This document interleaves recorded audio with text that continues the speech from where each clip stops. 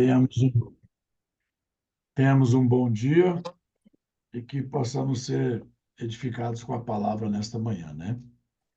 Eu não sei quem está controlando aí o Zoom, mas se a pessoa souber mudar a imagem, eu não vou. Deixa eu ver se eu consigo mudar aqui para segundo plano, primeiro plano. E a Letícia. Deixa eu fazer uma mudancinha aqui. Vai na, Letícia, vai na imagem do apóstolo e na onde tem aqueles três pontinhos, você coloca ele em segundo plano. Aí eu apareço aqui para mim, senão eu não estou me vendo. Bem que eu falo assim com o olho fechado também, não tem problema, mas.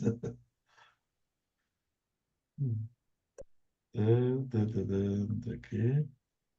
Deixa eu tentar de novo aqui. Quem sabe eu consigo por aqui. E já consegui, Letícia. Obrigado. Já fiz aqui.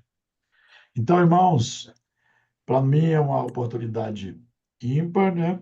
Poder compartilhar com os irmãos um assunto que é talvez um dos assuntos mais importantes da Escritura, que é o arrependimento. E eu gostaria de deixar aqui, até já disponibilizei aqui o meu material que eu vou falar hoje à noite aqui na igreja. Todos os anos nós fazemos 2 períodos aqui na igreja de techuvá. E nós temos do dia 1º de janeiro ao dia 10, todos os anos, nós fazemos 10 dias de reflexão, introspecção, que nós chamamos de techuvá.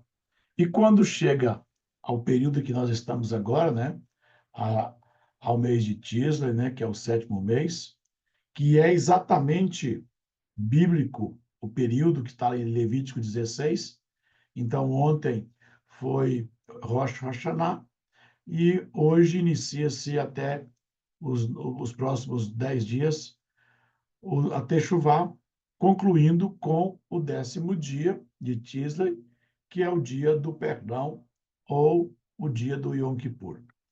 E todos os anos nós fazemos esse período, 2 vezes ao ano.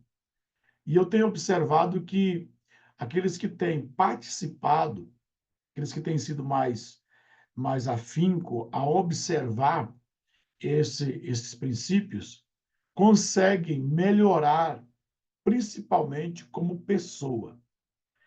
Porque antes que eu fale sobre exatamente a Techuvá, que eu já trouxe escrito, por isso eu posso dar uma volta aqui, apóstolo Ricardo, dando uma explicação, e o material está aí muito bem explicado, passo a passo. Arrependimento, o que é arrependimento?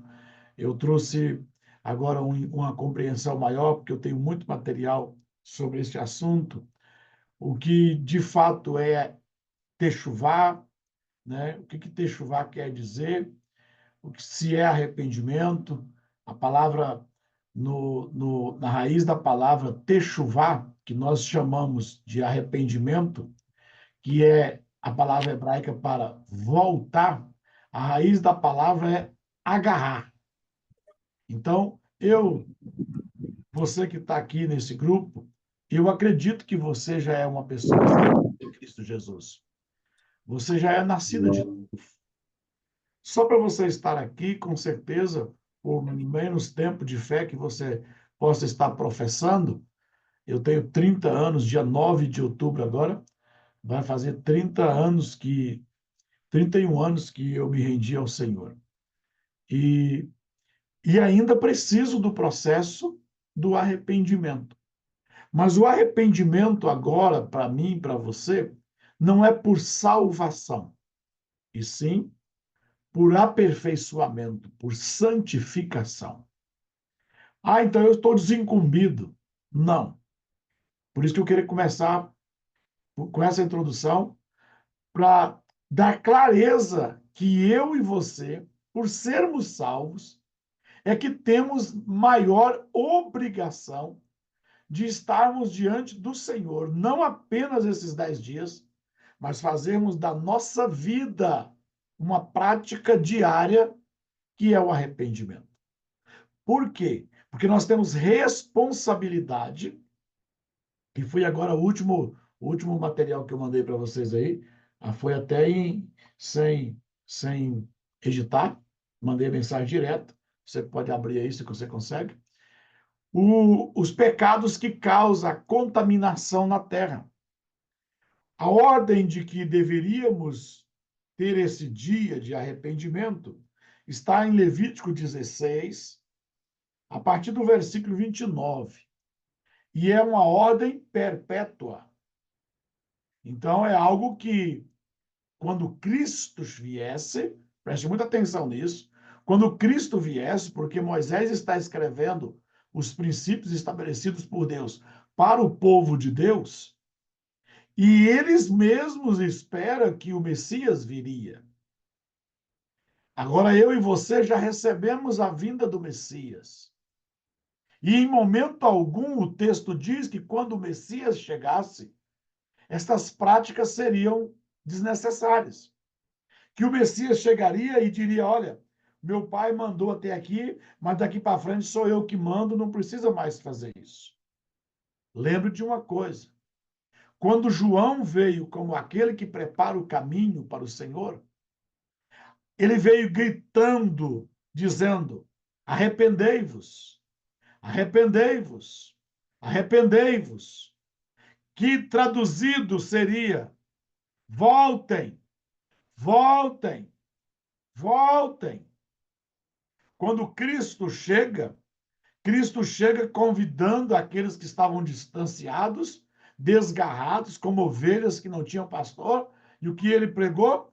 Arrependei-vos, voltem. Depois nós vamos ver Pedro pregando arrependimento, nós vamos ver os apóstolos todos pregando arrependimento. Por quê? Porque a mensagem central do evangelho é arrependimento. É para o homem voltar-se para Deus. Então, a ordem era perpétua. Por que você está dizendo isso, bispo? Porque hoje, apóstolo Ricardo, nós estamos com uma série de líderes na igreja possuídos pelo espírito da Grécia, que quando um texto requer de nós um posicionamento, uma observância, eles dizem: não, isso é Velho Testamento, isso passou. Mas a pergunta é: o Salmo 23 não é Velho Testamento?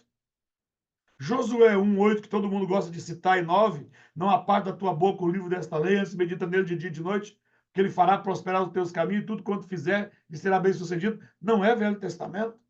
Isaías 53, quando diz que ele levou sobre si as nossas dores, as nossas enfermidades, o castigo que nos traz a paz estava sobre ele, pelas suas pisaduras nós fomos sarados. Não é Velho Testamento? Então, essa expressão, isso é Velho Testamento, isso passou, acredite, irmão, é um espírito demoníaco na boca de muitos sacerdotes. Porque Daniel 7:25 diz que quando esse espírito viesse, o espírito da Grécia, ele tentaria mudar o tempo e as estações. Então, veja, para mim e para você que está acreditando na Escritura, o ano iniciou-se ontem. Mas para os que têm a mente guiada pelo espírito da Grécia, o ano começou há quantos meses atrás? Olha bem, nós estamos fora do tempo e fora da estação. Se nós estamos agora em outubro e o ano novo para os gregos vão chegar em 1º de janeiro, daqui mais de 3 meses, se nós estivéssemos plantando e isso estivesse no solo, o que colheríamos se plantássemos fora de uma estação? Por 3 meses. Se plantarmos fora da estação por 7 dias, apóstolo Cristiano, aqui na minha região, que é 100% agrícola, você não colhe nada daquilo que você plantar com 7 dias fora de uma estação. Agora você imagina uma estação inteira. Então ele viria, tentaria mudar os tempos e as estações e jogar a lei de Deus por terra. Pastor, o que é jogar a lei de Deus por terra? É dizer, um texto que está escrito perpétuo, dizer: não, isso passou. Então, hoje, o romanismo tomando conta e sendo o mentor dos cristãos, através de concílios, convenções e mentes de líderes, Ele diz: Páscoa passou, primícia passou, Pentecoste passou, tabernáculo passou, Yom Kippur, então, para quê? Por que techuvá? E essa é uma mentalidade que está fazendo a terra permanecer contaminada. Então, a ordem de Levítico 16 é que houvesse esse dia especial. E era por a observação perpétua. Por que não terminou? O templo foi destruído. Esta prática hoje não é feita lá no templo levando os 2 cordeiros ou os 2 bodes, um para a confissão e a imolação e o outro para ser solto. Mas nós teremos um milênio de paz. E quando entrarmos no milênio, todas estas práticas voltarão a ser feitas lá no templo.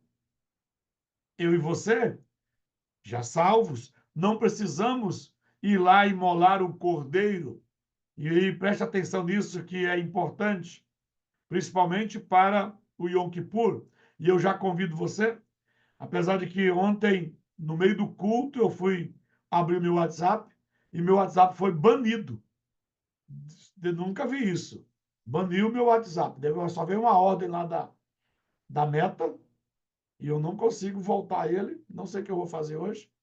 Estou usando aqui o da minha esposa e eu tenho aulas hoje, eu tenho culto à noite, os grupos, dia 7 e 8. Eu convido você para uma imersão e eu vou tratar exclusivamente sobre Yom Kippur. Não tem como não falar de Rosh Hashanah, de falar de Teshuvah, né? E o Yom Kippur em si. E é por isso que eu estou fazendo menção. Se você não tiver aí, o apóstolo Avanor tem o link, e os irmãos têm, porque eu estou sem o WhatsApp. Você pode entrar. É gratuito, serão 2 dias, e acredito que nós vamos ter lá umas 5 horas de conversa, para falar sobre Yom Kippur. E lá, apóstolo Vanor, eu vou fazer menção de uma coisa. Olhando para o livro de Hebreus, do qual Cristo, sumo sacerdote de uma ordem superior, presta atenção, e quando você escutar o livro de Hebreus e algum idiota falar que a lei era a morte, presta atenção, quando diz que o ministério da morte já operava a glória, muito mais o ministério superior do Espírito. Está falando do sacerdócio, que no sacerdócio levítico, se alguém errasse, fosse pego no erro, esse era apedrejado, era morto, tinha penalização. E no ministério que é superior ao ministério da morte, não está dizendo que a lei mata, está dizendo que a operação do ministério é que operava a morte. E veio o sacerdócio de Cristo, que é a ordem universal, que é superior à ordem de Levi, porque a ordem de Levi começou quando adoraram o bezerro de ouro, e ela está pausada, agora que está sem o templo, e ela volta no milênio, e ao final do milênio, conforme as Escrituras nos ensina, quando se encerrar aqui esse período, o ministério levítico vai se encerrar. Então, tendo o sacerdócio levítico início e fim. Mas quando o Hebreus 7 diz que Melquisedeque não tem genealogia, início nem fim, não está falando de uma pessoa, não está falando do Melquisedeque, está falando do sacerdócio que leva o seu nome, do qual os primogênitos eram os sacerdotes, e são os sacerdotes escolhidos, e Cristo, desta ordem, é o único sumo sacerdote para sempre. Por que para sempre? Porque quando ele atingiu a condição de ser sacerdote desta ordem, apóstolo Cristiano, todos os de Levi, quando levavam o cordeiro para apresentar a expiação, a oferta de sacrifício, ele matava o cordeiro e aspergia o sangue. Por que o de Melquisedeque é superior? Porque, sendo Cristo o sumo sacerdote, quando ele vai ao tabernáculo, ao invés dele oferecer o cordeiro animal, ele se oferece, sendo de uma superior oferta. Mas Cristo não ofereceu no templo lá em Jerusalém, no templo dos levitas, no templo físico. A Bíblia vai dizer que ele ofereceu no tabernáculo eterno. Quando esse dia chega, e vamos ter essa experiência agora, daqui 9 dias, abre-se um portal. Na imersão que eu vou falar sobre Yom Kippur, eu vou falar sobre alguns portais que se abrem durante o ano para que o homem possa se aproximar de Deus. E um portal especial é o de Yom Kippur. Ele fica aberto por 24 horas e a intenção de Deus não é punir. A intenção de Deus é perdoar. Por isso ele abriu essa oportunidade. Os homens é que não se arrependem e às vezes deixam de ser perdoados.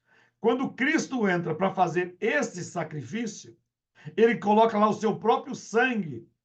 E o seu sangue está lá vertendo até hoje, acredite. Preste atenção. Até hoje o sangue de Jesus está vivo, está vertendo no lugar santíssimo, oferecendo-nos perdão, porque o dos animais ele ficava aberto por 24 horas. E valia o perdão por 365 dias. Mas um dia para Deus é como 1000 anos. O sangue de Jesus abre esse portal por milhares de anos. Até hoje esse portal está aberto. Vou dar a prova, apóstolo Vanor. João, o apóstolo, viu Cristo ser assunto ao céu no Monte das Oliveiras. Viu que ele foi tomado e ele subiu. João ficou por aqui pregando. Aproximadamente 90 anos depois, 95 anos depois, João está na ilha de Patmos. Minha esposa veio trazer aqui um negócio quente para esquentar a garganta, né?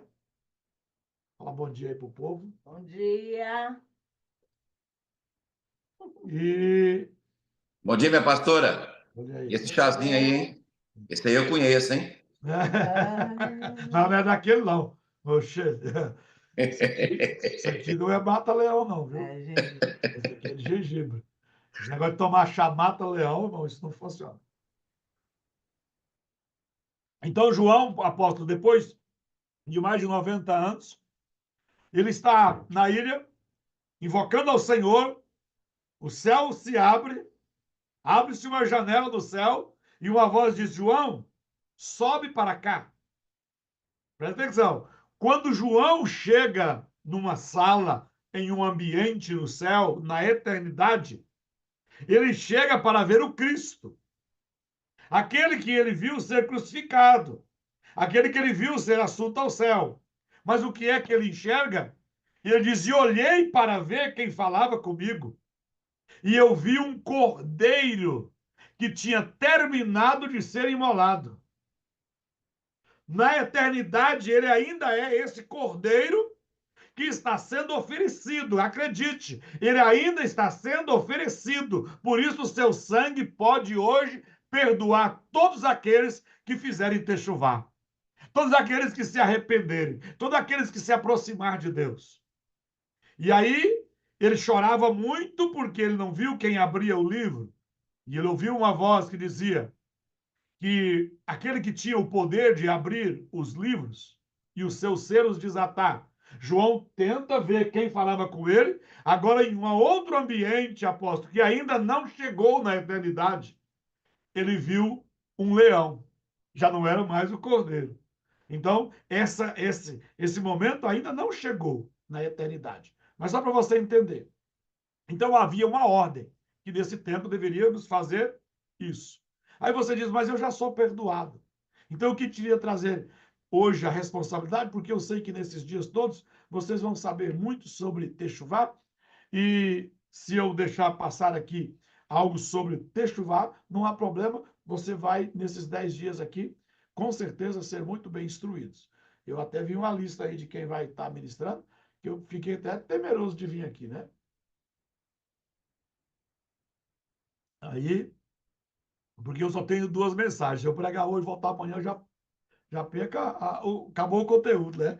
Então, tem gente aí que tá com a bucha aí, você vai ver o tamanho do tiro. Nós vamos ser impactados e eu vou me esforçar para estar aqui todos os dias. Estou num período de oração aqui pesado. Meu período é da meia-noite às 3 da manhã. Mas eu dou quando levantar assim mesmo. Quando eu ia para o carnaval, a gente ficava vários dias assim direto. Então, aproveita que não é carnaval, mas é morte da carne. Agora é diferente, né? Lá alimentava a carne, aqui nós vamos matar a carne. Então, faz parte. Então, a ordem era que se afligisse a alma e oferecesse um holocausto para perdão dos seus pecados. E isso seria perpétuo. A ordem está aqui em Levítico 16. Mas eu queria chamar a sua atenção que no capítulo 17 e no capítulo 18, nós vamos encontrar algo que a ordem apóstolo Avanor aqui no capítulo 16 se buscasse perdão pelos pecados. Isso me chamou a atenção, porque estudando a Escritura, e eu li o livro de Levítico esta semana, todo, me chamou a atenção, porque logo no capítulo 17 e 18, ele começa a enumerar os pecados que não deveriam ser mais praticados. Por lógica, se eu acabei de me tratar com Deus e estou perdoado, esquece, vamos falar de pecado, não. Não, acabou de tratar sobre o pecado e agora ele vai mencionar. Só que no capítulo 18, quando ele dá uma lista de pecados, ele faz uma recomendação, a partir do versículo 24. Com nenhuma destas coisas vos contaminareis, porque com todas estas coisas se contaminaram as nações, e eu lanço elas diante de vós. E a terra se contaminou, preste atenção nisso. A terra se contaminou, e eu visitei nela a sua iniquidade, e ela vomitou os seus moradores. Porém, vos guardareis os meus estatutos e os meus juízos, e nenhuma dessas abominações fareis, nem o natural, nem o estrangeiro que peregrina entre vós. Porque todas essas abominações fizeram os homens desta terra que nela estava antes de vós, e a terra se contaminou. A terra se contaminou. Não sucederá que a terra vos vomite, havendo-a vos contaminado, como vomitou o povo que nela estava antes de vós. Aí você pode dizer, mas eu já sou perdoado, eu não tenho problema com me arrepender para ser salvo. Presta atenção. Eu e você temos responsabilidades com a terra. Porque o capítulo 16 vai dizer que esse sacrifício, esse período de arrependimento, esta mortificação da carne, que era afligir a carne, que se interpreta que é o jejum, e aí já vou deixar uma máxima para você: não existe techuvá sem jejum. E a segunda, não existe techuvá sem sacrifício, sem oferta. Ainda que nós não venhamos queimar um cordeiro no altar, é necessário que você cele o seu período com a sua oferta e com o seu jejum.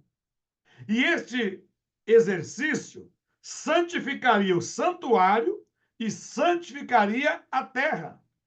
Eu e você não precisamos de arrependimento para salvação, já somos salvos. Nós precisamos de arrependimento para santificação, para aperfeiçoamento. Mas a terra precisa de intercessores. A terra precisa de pessoas que clamem pela sua salvação. E essa terra inclui a minha família e a sua família, o meu parentesco e o seu parentesco, a cidade onde eu moro e a cidade onde você mora. Nós, como brasileiros, precisamos sarar essa terra.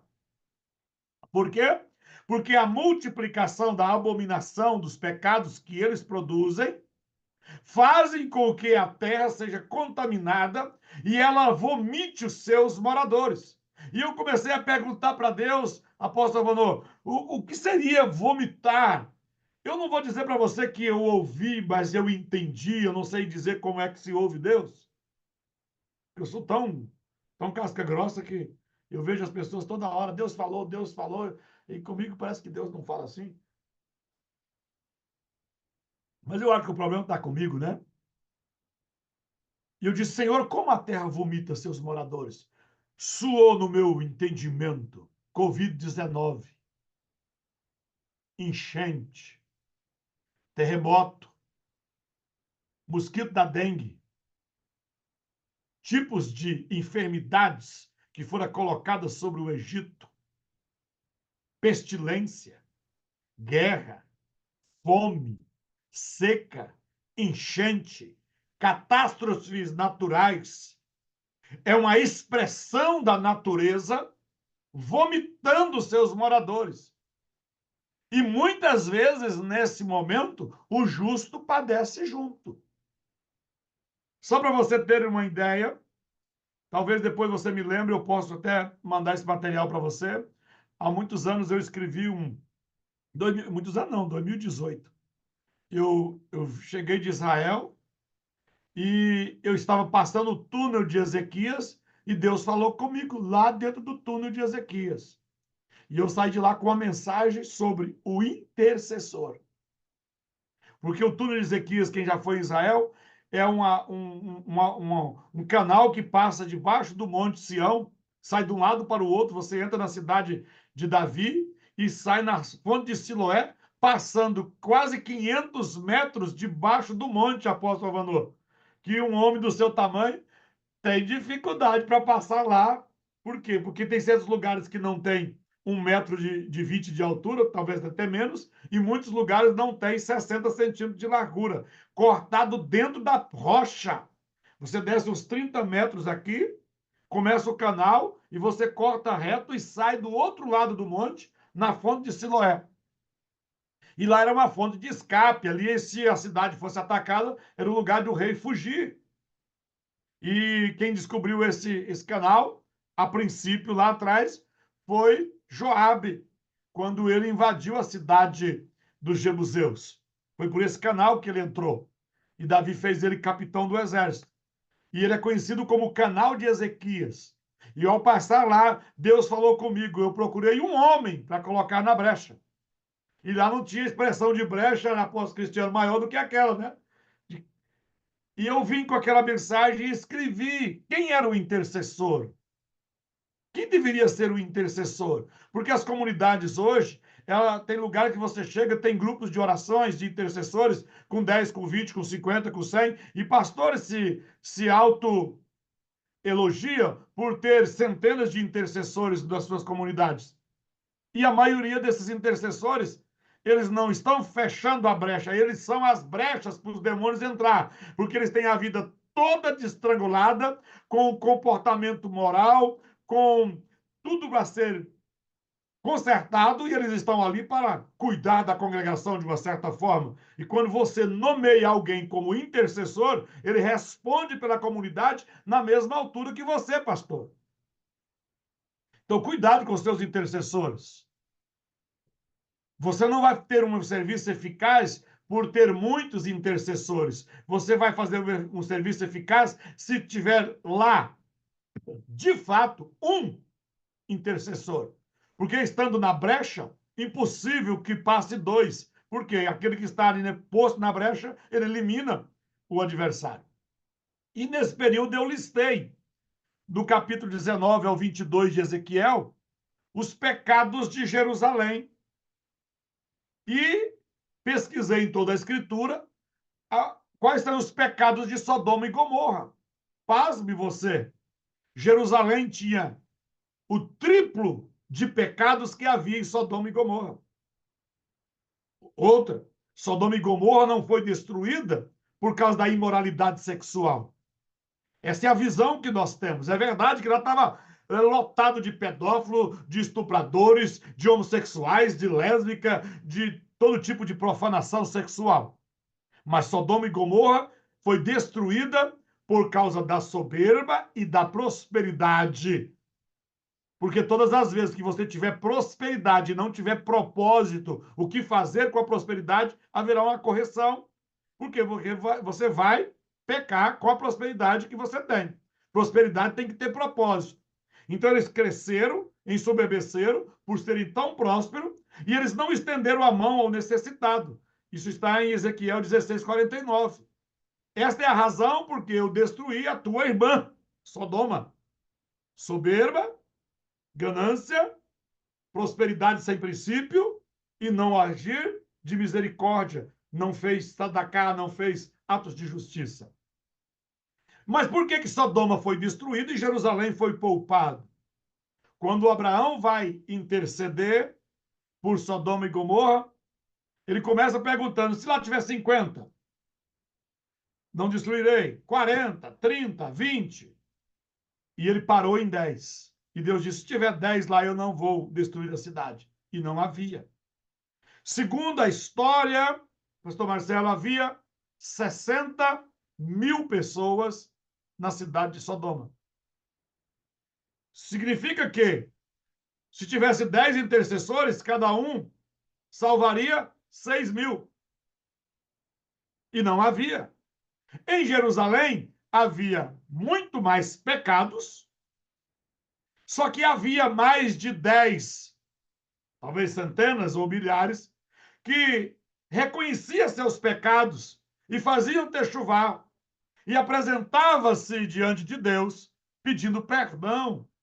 E Deus, ao perdoar um, ele guarda a sua casa. Ao perdoar um, ele olha para a sua família. Ao perdoar um, ele olha para a sua terra, para a sua cidade. Por quê? Porque a promessa de salvação não é individual. Deus sempre olhou para a salvação querendo salvar a todos. Então, Atos 16, 31 diz: crê no Senhor Jesus Cristo e você será salvo.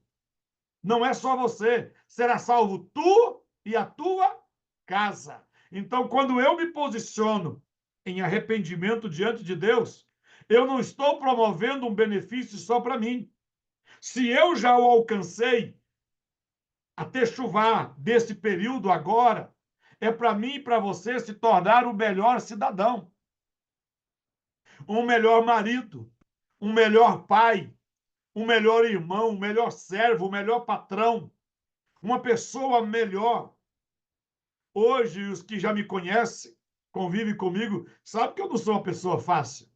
Eu sou sanguíneo, eu sou enérgico, eu sou mal educado, eu vejo que eu ofendo as pessoas. Agora você imagina, eu tenho 52 anos. Imagina quando eu tinha 30. Pastor Marcelo que diga, né?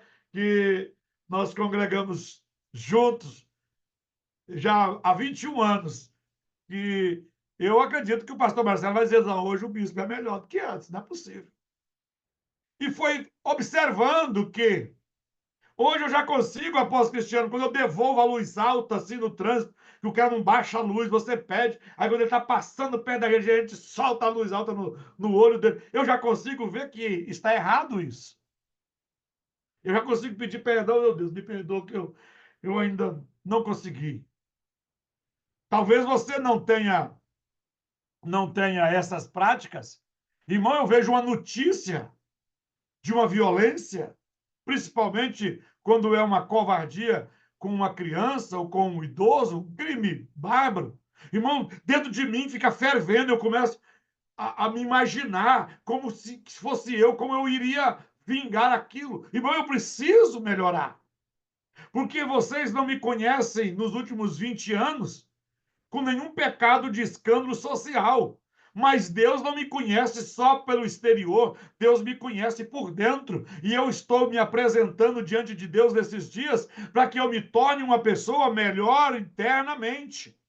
Porque o que passa na minha mente, nos meus sentimentos, no meu pensamento, nas minhas emoções, isso também me contamina. Então eu vou diante de Deus clamar para que o Senhor tenha misericórdia de mim.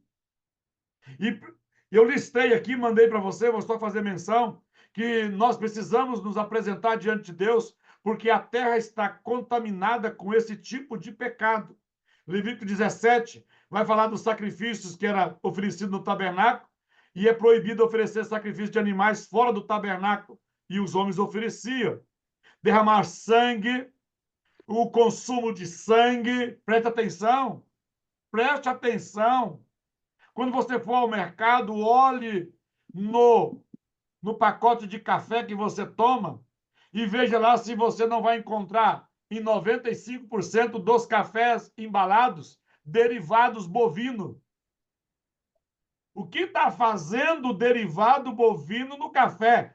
Você toma café comendo carne? Não, é sangue desidratado que está na composição do café.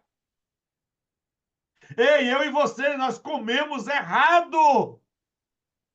Levítico 11 diz o que se deve e o que não se deve comer. A maioria de nós estamos lutando por santidade e não conseguimos nos manter santo pelo tempo que gostaríamos. Por quê? Porque se o corpo não for santo, você não consegue completar a santidade exigida por Deus. O teu espírito está salvo, a tua alma está em tormento e o teu corpo em pecado. Por quê? Porque a alimentação errada, comer o impuro e o imundo e o sangue faz com que nós venhamos contaminar o tabernáculo, a casa de Deus.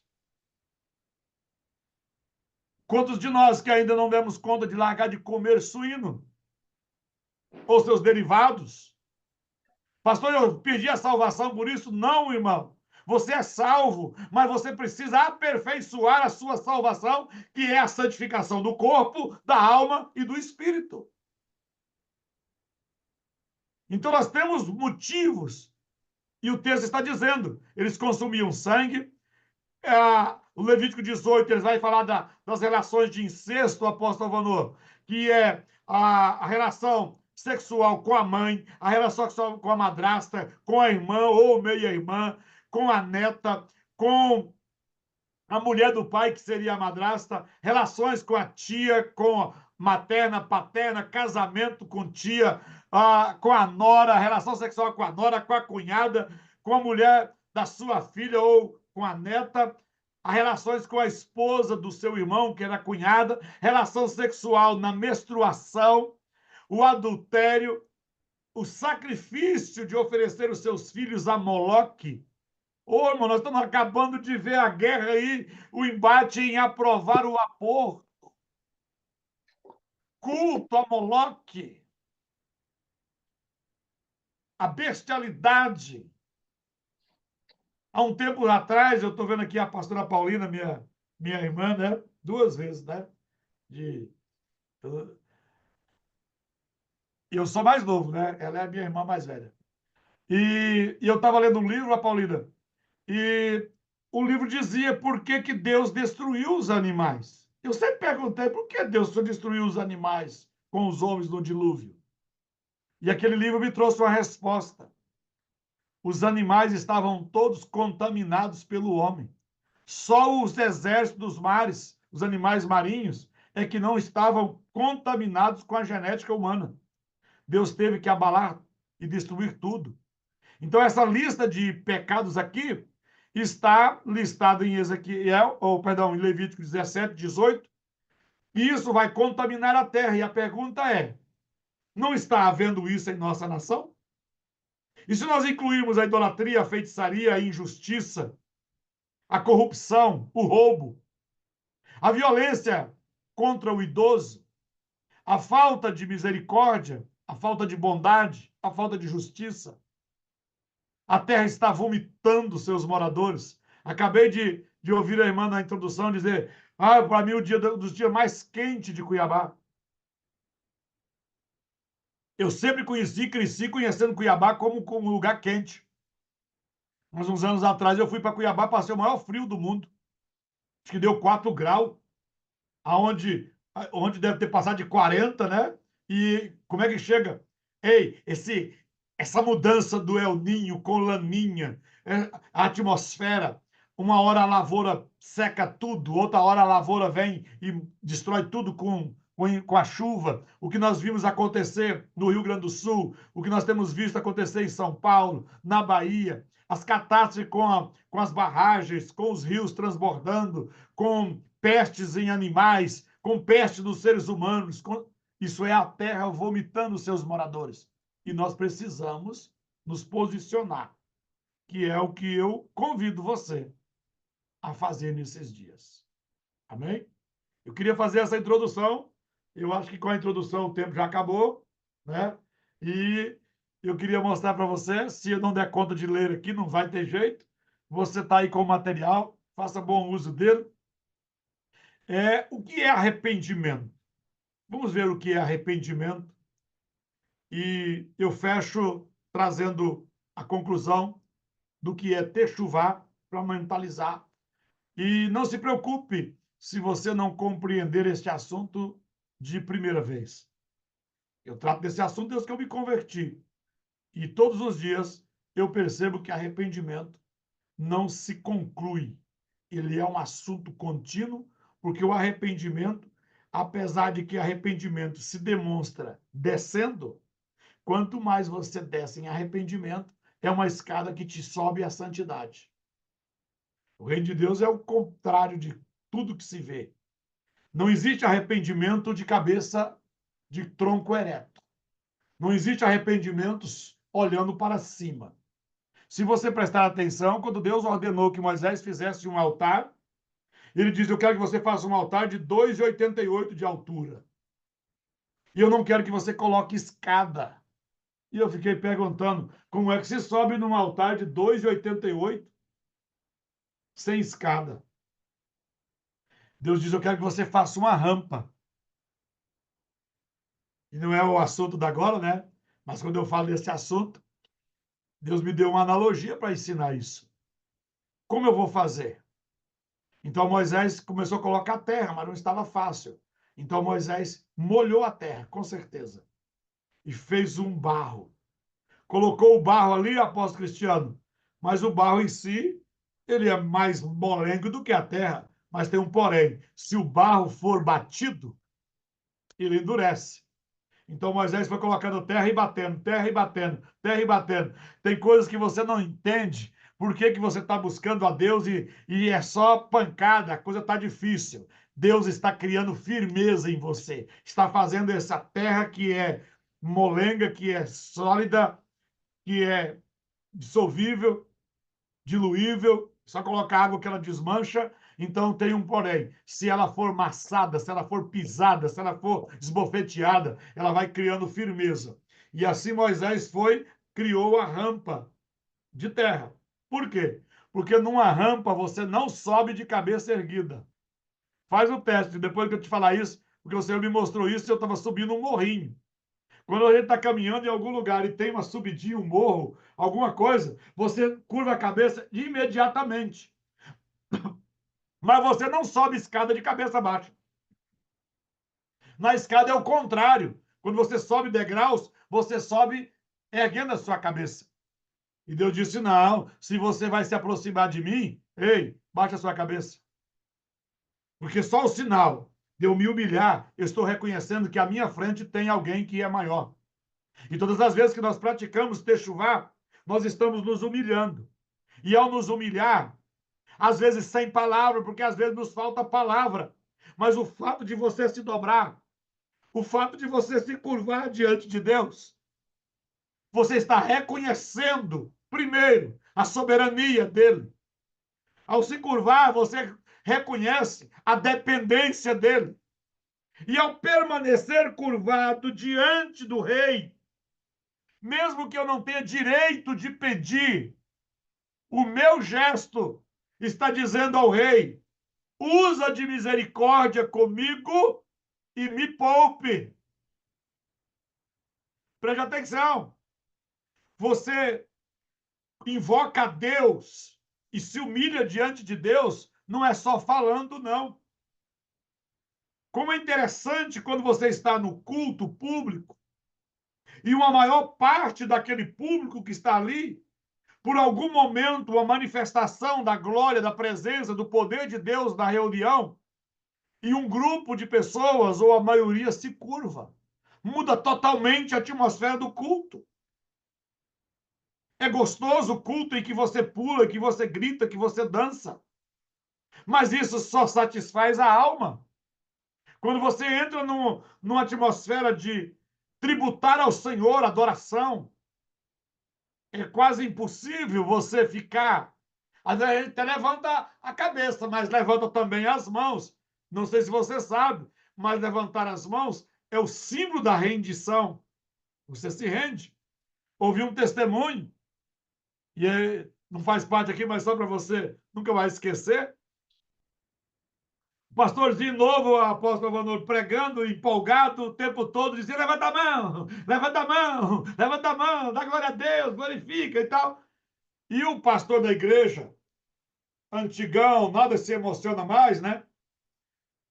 Toda hora, e ele ignorando aquele pregador, com vontade de mandar ele parar de mandar o povo levantar as mãos.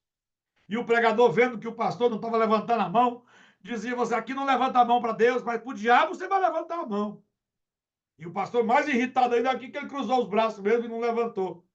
Terminou o culto, o pastor deu uma chamada do pregador, que só mandava o povo levantar a mão, e foi para casa. Quando ele está chegando em casa, o portão dele, ele tinha que descer do carro e abrir o portão manualmente. Quando ele desceu do carro, que ele está abrindo o portão, apóstolo Cristiano, ele sentiu um ferro frio no pescoço. Levante as mãos. E o ladrão foi embora com o carro dele. Eu acho que se ele tivesse obedecido lá no culto, não tinha acontecido.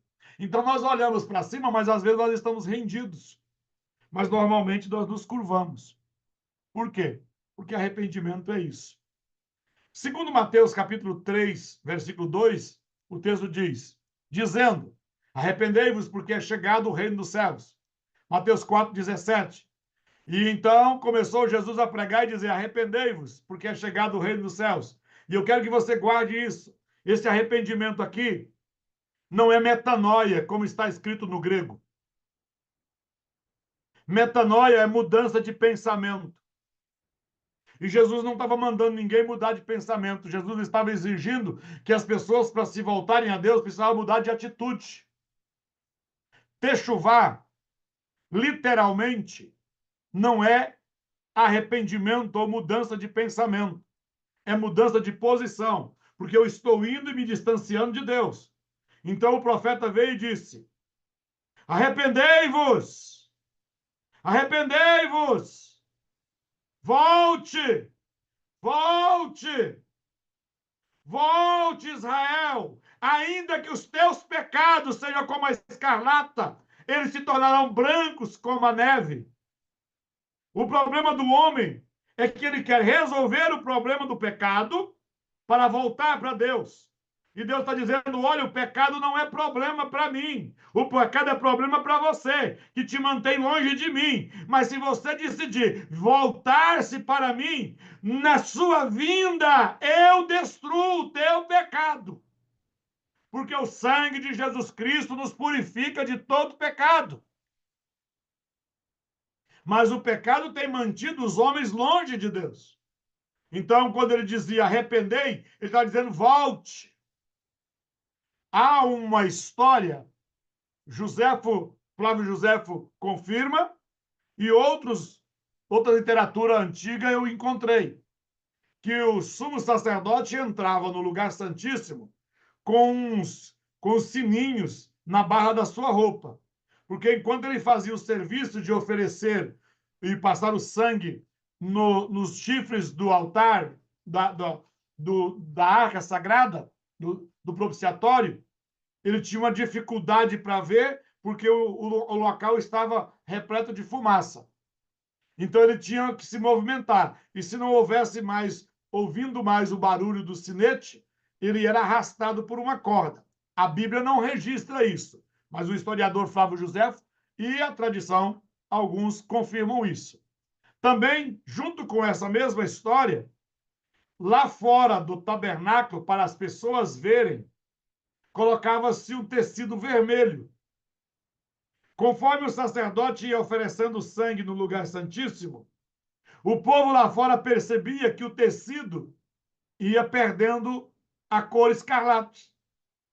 Ele ia embranquecendo. E quando a oferta aqui dentro era aceita, apóstolo Vanor, que era a resposta de que o povo estava perdoado, o tecido aqui fora estava branquinho. E só para você, já que eu falei desse tecido, você viu tanto que Roma influenciou quando Josué manda os espias a Jericó e Raabe dá a eles a oportunidade de sobreviver, eles dizem, olha, nós vamos fazer uma aliança, mas você coloca um fio escarlata aqui, não é fio. Ele colocou lá o tecido city, todo vermelho. Ele tinha o tecido de Raabe, colocou na janela da sua casa, a pastora Paulina. Tinha as medidas do tabernáculo, da tampa do propiciatório. Não era um fio assim, era um tecido, mas foi traduzido para nós como fio. Assim, quando a mulher que tocou na orla do vestido de Jesus, nunca foi a orla do vestido, não é a barra do vestido, era o tecido, era aquele fio que determinava, dado no talite do homem judeu. Então, esse pano, esse mesmo tecido do tabernáculo, era a semelhança do tecido que foi colocado na casa de Raabe.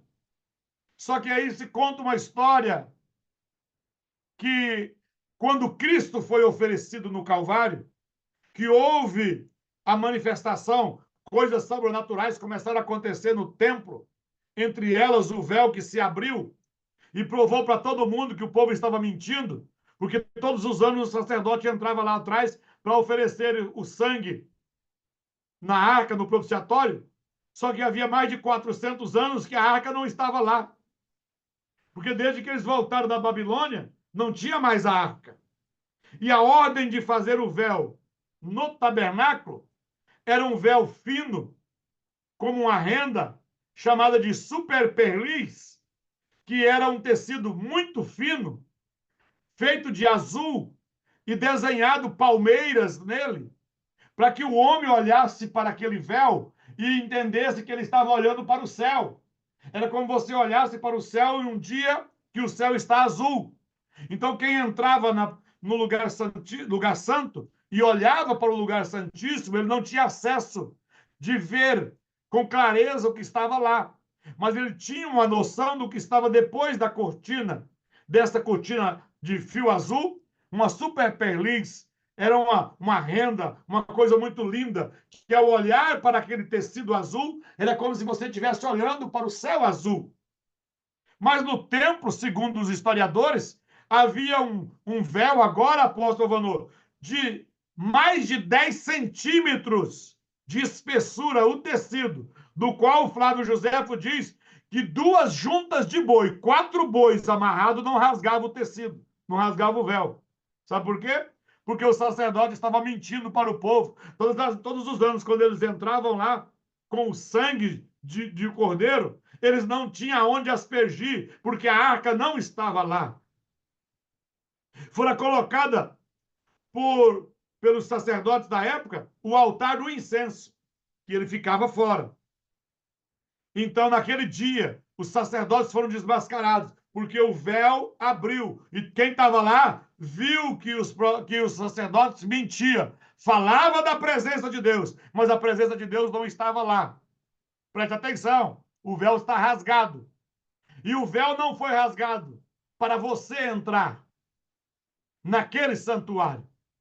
Porque o véu que foi rasgado, que nos dá acesso, é a carne de Cristo, para que eu e você possamos entrar.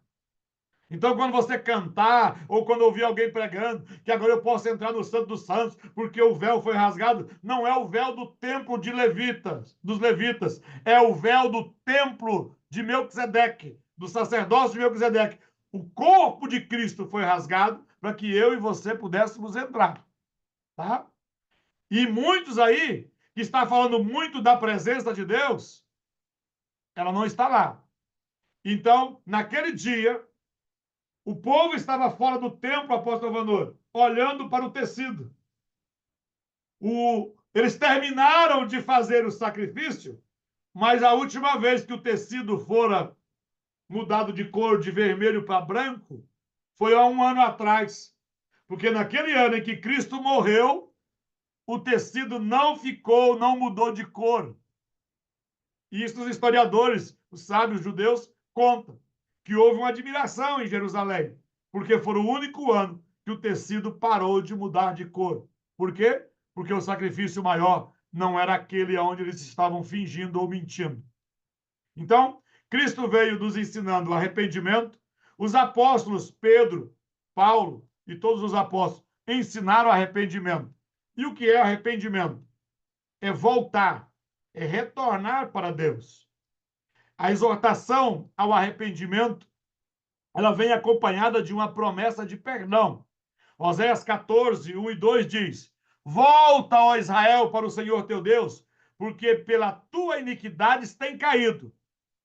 Tomai convosco palavras. Oh, preste muita atenção. Tomai convosco palavras e voltai para o Senhor. E diz-lhe, tira toda a iniquidade e aceita o que é bom, e ofereceremos como novilhos o sacrifício dos nossos lábios. Isaías vai dizer, não há quem compareça diante de mim, para que apresente as suas razões, para que eu possa vos justificar. Pastor, o que é techuvá? É eu me apresentar diante de Deus. Apresentar com minhas palavras a Deus as minhas iniquidades. E preste atenção, iniquidade não são apenas os pecados escandalosos. Tudo aquilo que se repete continuamente se torna uma iniquidade. Você não quer, você quer ver uma iniquidade que está tomando os crentes e motivadas por sacerdotes? Olha o que um certo pastor está todos os dias na rede social falando os defeitos e os pecados e os erros de um outro cidadão que é candidato. Você tem visto isso? Não há iniquidade maior do que essa, de você falar o defeito dos outros. A Bíblia diz 6 coisas o Senhor odeia, 7 ele abomina. O que semeia contenda entre os irmãos. Como eu, pastor, uso a rede social para falar o defeito de alguém. Mas como eu, Rinaldo, sento com alguém na minha casa para tomar chimarrão e vamos comentar os defeitos do Cristiano, ou do Júnior Barbosa, ou falar de uma fraqueza do Alvanor. Isso é iniquidade. Isso nós precisamos nos arrepender e precisamos falar para Deus. Porque se você não falar para Deus quem você é, você não é aceito na oração. Porque é simples. Perguntaram para Jesus. Jesus nos ensina a orar. E Jesus ensinou a oração ao Pai Nosso. Mas se os meus discípulos me perguntar, me ensina a orar, eu te ensino com 3 palavras. Eu não sou melhor do que Jesus. Não é isso que eu quero dizer. Mas se o apóstolo Alvanor disser, bispo, me ensina a orar. Pede aí, apóstolo, eu vou te ensinar a orar. Me ensina a orar, bispo. Chegue diante de Deus e diga para Deus quem você é, o que você sente e o que você quer. Isso é oração. Diga para Deus quem você é. Eu estou vendo o Júnior. O Júnior estava aqui em casa semana passada. Sempre uma presença alegre. Mas eu vejo o Júnior, conheço o Júnior já há algum tempo. Eu, de certa forma, sei quem ele é. Mas ele mesmo sabe quem ele é. Então, se ele se apresentar diante de Deus, olha o fariseu, o pecador e o fariseu no templo. O fariseu apresenta e diz, graças te dou, ó Pai, porque eu não sou como ele. Ele estava dizendo que ele não era parecido com o pecador. Mas ele não disse para Deus quem ele era. Ele disse quem o outro era. E ele disse o que ele não era. Mas quando o pecador vai orar, ele não tem ousadia nem de levantar a cabeça. E ele diz, Deus, eu, miserável, eu, com as minhas palavras aqui, eu sou exatamente o que aquele homem falou que eu sou. Eu não sou digno. Eu não estou dizendo para você usar essas palavras, porque tem gente que, quando ele chega diante de Deus, era melhor ele orar para o diabo. Porque ele chega diante de Deus e diz, eu sou um caco, eu sou um verme, eu não tenho valor nenhum, eu não presto mesmo, Deus, eu não sou nada. Como se Deus tivesse sentimento humano. E acredite, Deus não é gente não, tá? Então não adianta fazer cara feia para ele, porque ele não se move com cara feia. Ele não se move com choro. Ele não se move, faz bem sim. Deus não tem bandeja para carregar beijo de crente, não. É melhor você se posicionar e dizer, olha, eu sou teu filho, eu pequei. Eu errei nisso, eu estou errando nisso, eu erro nas palavras, no sentimento, no pensamento. Deus, eu pratiquei tal coisa e eu vim aqui diante do Senhor para te pedir misericórdia. Apaga as minhas iniquidades. São coisas que eu tenho lutado para parar, mas eu sou essa pessoa. Eu sou pastor de vários irmãos aqui. Em certos momentos, se Deus te mostrasse eu por dentro, eu tenho certeza que você nunca mais voltava perto de mim. E quando eu chego diante de Deus, é esse Rinaldo que Deus vê. Mas por que eu tenho que falar? Eu vou dizer por que você tem que falar. Isso é coisa da minha cabeça, tá, pastor Avolon? É difícil, porque eu falo aqui para o meu povo, né? Falar para fora, eu posso confundir as pessoas. Mas eu estava lendo Gênesis e avaliando por que Deus chega no jardim. Adão tinha uma percepção tão extraordinária que Adão ouvia o pisado de Deus. Tem gente que não está ouvindo a voz de Deus. Deus chegava no jardim e Adão identificou que Deus chegou porque Adão ouviu os passos de Deus no jardim. Se Adão tinha essa percepção de ver Deus chegar, Deus não sabia aonde Adão estava? Você sabe aonde Adão se escondeu de verdade? Porque ele diz: eu ouvi a tua voz no jardim, tive medo e me escondi. Adão não se escondeu atrás de uma árvore, Adão não se escondeu atrás de uma pedra, Adão não se escondeu atrás de um animal. Adão se escondeu atrás do seu pecado, que é a única coisa que impede Deus de te ver. Porque os vossos pecados fazem separação entre vós e o vosso Deus. Então Adão estava escondido atrás do seu pecado. Se ele tivesse vindo correndo e dizendo: Deus, eu errei, eu pequei. Se Adão tivesse saído de trás do pecado e se apresentado diante de Deus, se Adão tivesse saído e feito techuvá, se Adão tivesse corrido e se aproximado de Deus, Deus tinha resolvido o problema de Adão e nós não estávamos puxando enxada hoje. Aí nesse mesmo dia, Deus me deu um entendimento. Por que é que eu preciso confessar minhas faltas? Pergunta de novo, apóstolo. Por que é que eu preciso confessar minhas faltas? Por que eu preciso confessar minhas faltas, minhas culpas? Não é porque Deus não sabe. Ele sabe, mas ele não viu você pecar. Por quê? Porque Cristo, quando está na cruz e assume o pecado da humanidade, ele grita ao Pai: meu Pai, por que me abandonaste? E nós compreendemos que Deus virou-se para não ver o seu filho com os nossos pecados. E eu estava passando numa ponte e Deus falando comigo sobre isso. E eu meditando isso e ouvindo o Cid Moreira, né? Narrando a Bíblia. E o Espírito Santo me fez uma pergunta interior. Se o meu filho ou a minha filha tivesse naquela ponte e ela fosse saltar e se matar, se eu permanecia olhando para ela cometer o suicídio. Talvez eu estivesse olhando para ela até a véspera que ela ameaçasse assaltar. Porque na hora que ela ameaçasse assaltar, o amor que eu tenho pelos meus filhos impede de que eu veja ele se destruir. É por isso que eu preciso confessar os meus pecados. Não é porque ele não sabe. Ele sabe. Mas ele não viu como você fez. Você precisa dizer para ele. Então ele diz: compareça diante de mim, faça techuvá, vem.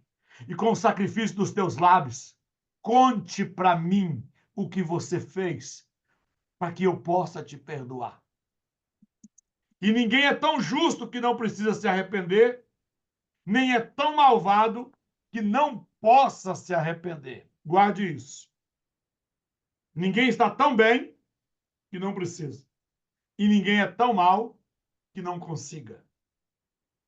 Segundo a história, eu já deixei aqui os slides para lá, né? O homem mais terrível da escritura sagrada e da história da humanidade não é Hitler, não é Mussolini e nenhum desses ditadores, ou Carrasco, nem Nero, nem dos imperadores, nem faraós. O homem mais carrasco da escritura, segundo a Bíblia, não haverá outro igual, chama Manassés. O rei mais terrível que Israel teve. E Deus o castigou. E ele foi levado como um animal preso para o cativeiro. E lá preso no cativeiro, depois de Deus o ter rejeitado, e permitido que ele, como rei, fosse levado como um animal, preso em jaulas e colocado no cativeiro em outra nação, de lá Manassés orou. Um livro que nos traz, e é um período que os judeus recomendam que venhamos estudar esse livro nesse período, até Yom Kippur, é o livro de Jonas. Por quê? Porque Jonas faz uma expressão e diz: do inferno eu clamei. Então preste atenção. Você pode estar no pior estado moral, no pior pecado praticado, na pior situação, ou até mesmo já se sentindo no inferno. Se você clamar, a techuvá vai te conduzir na presença de Deus. Porque a techuvá não é apenas o ato de eu ir diante de Deus. A techuvá é uma pessoa. Ela é a misericórdia em pessoa, que pega o miserável que está destituído e apresenta ele diante de Deus. Então guarde isso. O arrependimento é uma pessoa, não é apenas um ato.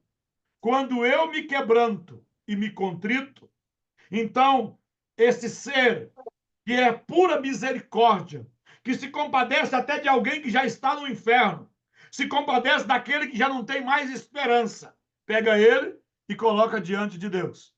E aí um conto dos sábios judeus dizendo que a techuvá encontrou no céu um único lugar e ela consegue entrar.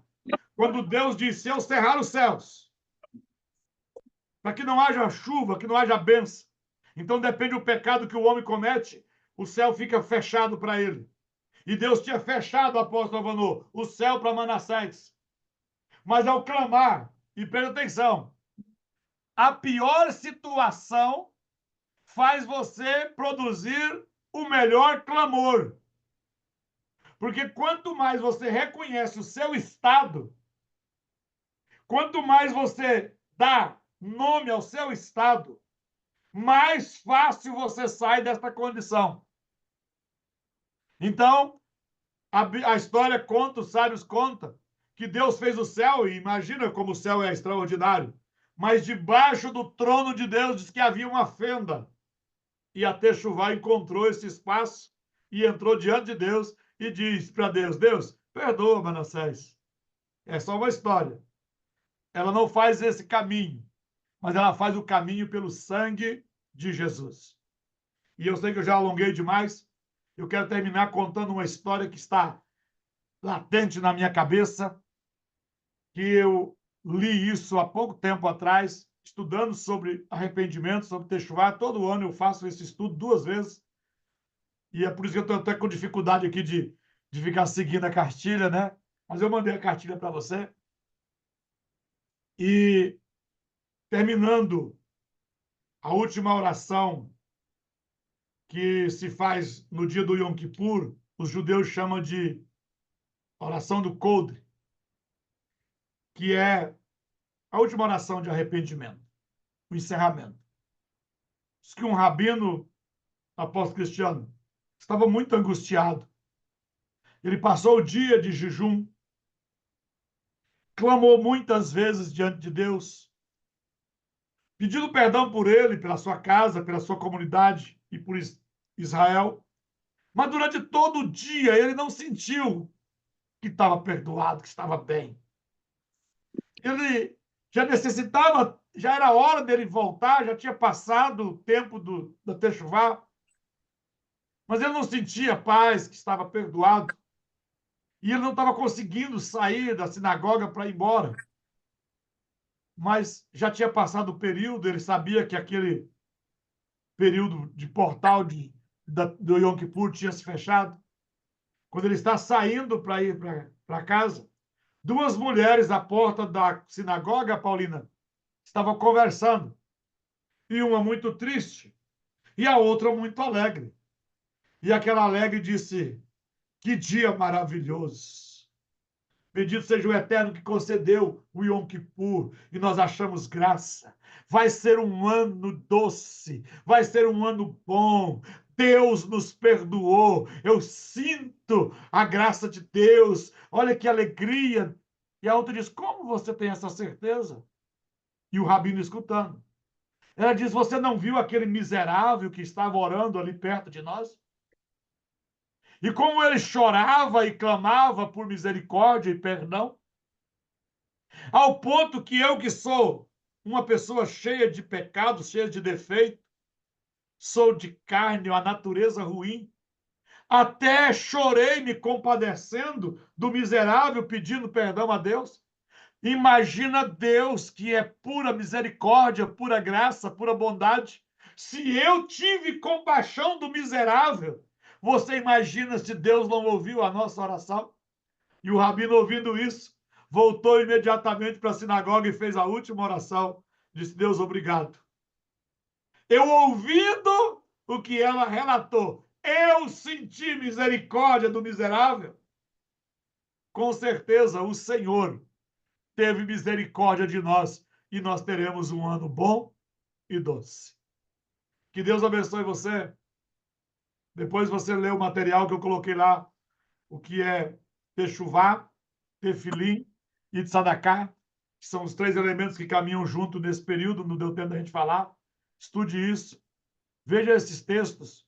Não falte amanhã, porque lembra que Jesus disse para o povo: volte para Jerusalém e fique lá até que do alto você seja revestido de poder. E Jesus fala isso para aproximadamente umas 500 pessoas, segundo a Escritura. Então eu acredito que 500 pessoas foram para Jerusalém, acharam um lugar que é conhecido como cenáculo, e lá no primeiro dia tinha 500. No segundo, terceiro dia tinha 450. No quarto, quinto dia tinha 300. No quinto, sexto, sétimo dia tinha 250. No oitavo dia tinha 200. No nono dia tinha umas 150. E no 10º dia tinha só 120. Mas eles permaneceram lá. De repente, ouviram-se um som, um barulho, como o som de um vento impetuoso. Não via, mas ouvia. E perceberam, um percebeu sobre o outro, que uma chama de fogo pairava sobre a cabeça dos 120 que permaneceram até o 10º dia. Que eu e você possamos, nesses dias, colocar esse posicionamento e permanecer todos os dias. Talvez você não esteja com a tarefa que eu estou e meu período está pesado, eu posso até faltar, mas lute para que você não falte, porque com certeza essas instruções que você vai receber aqui, com a experiência desses homens e mulheres que vão ministrar aqui, nós vamos ter o melhor ano, bom e doce da nossa vida. Obrigado, apóstolo. Deus abençoe. Eu aqui agradeço, meu bispo. O Senhor abençoe grandemente vossa vida, sua casa, sua família. Então, amanhã temos um compromisso aqui no mesmo horário. Aguardo todos vocês. O material já está lá no grupo, né? Façam bom uso. E se alguém quiser fazer uma pergunta lá no grupo, agora, olha só, faça uma pergunta diante daquilo que foi falado aqui, do tema, né? Às vezes a gente participa de uns grupos aí, que o povo te abre para pergunta, o povo começa a fazer umas perguntas que não tem nada a ver, fora do contexto. Mas se você tiver alguma pergunta, alguma dúvida daquilo que foi falado hoje, né?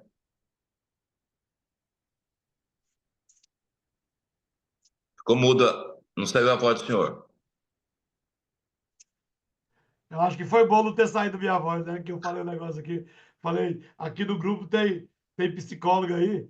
Essas perguntas bestas você fala com os psicólogos, que eles que entendem de gente besta para ajudar eles a melhorar, né? Faz pergunta besta para pastor, não, que pastor, ó, Daí é paulada. Então, se você quiser fazer uma pergunta aí dentro daquilo que foi falado hoje, pode fazer, manda lá no grupo, no momento oportuno, né, que o bispo tiver um tempinho aí, ele vai responder. Eu tenho certeza que todas as dúvidas serão esclarecidas. Amém? Deus abençoe a todos vocês. Tenha um dia aí produtivo. Essa aula ela foi gravada, ela vai ficar vai ser disponibilizada, creio que amanhã, pela Letícia, né? Eu tenho uma menina também que ela vai preparar aqui um PDF também dessas aulas, dessas ministrações, para a gente guardar esse material aí futuramente. Shalom, shalom. Deus abençoe a todos.